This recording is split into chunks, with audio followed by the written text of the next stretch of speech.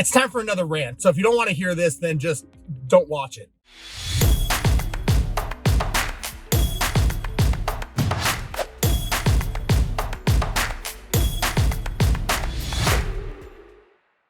I had somebody actually reach out to me that is quote unquote an expert on teaching investors on how to become, expert self-managing investors and how they can, do it all themselves and blah, blah, blah. And so this person, who I won't mention their name, but they're an expert apparently, and they could be facing a lawsuit now because they got one of their students into a problem.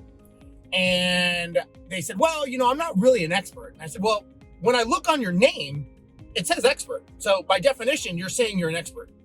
Well, that's just for marketing. I'm like, well, why would you lie? If you're not an expert, then why would you do it? So then I began to ask them, okay, well, how many properties, do you own? And the answer was 3. Okay, so you own 3 properties. Yeah, I would say that's not an expert.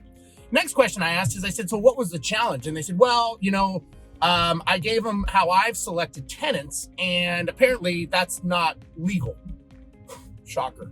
And so I said, okay, well, did you give them policies, procedures, structure? Did you have them write down their qualification process, tell them to follow it for each and every tenant because of, fair housing discrimination laws? No, didn't do that. Okay, makes sense. Now, my next question is, well, did you tell them about the protected classes? They didn't even know what the protected classes were.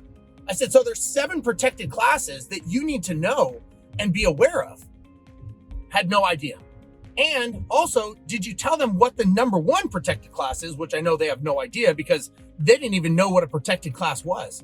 I don't understand why some of these people feel that they need to be experts and they have no idea what they're doing. It's like they just want to feed their ego so that they can say that they're an expert.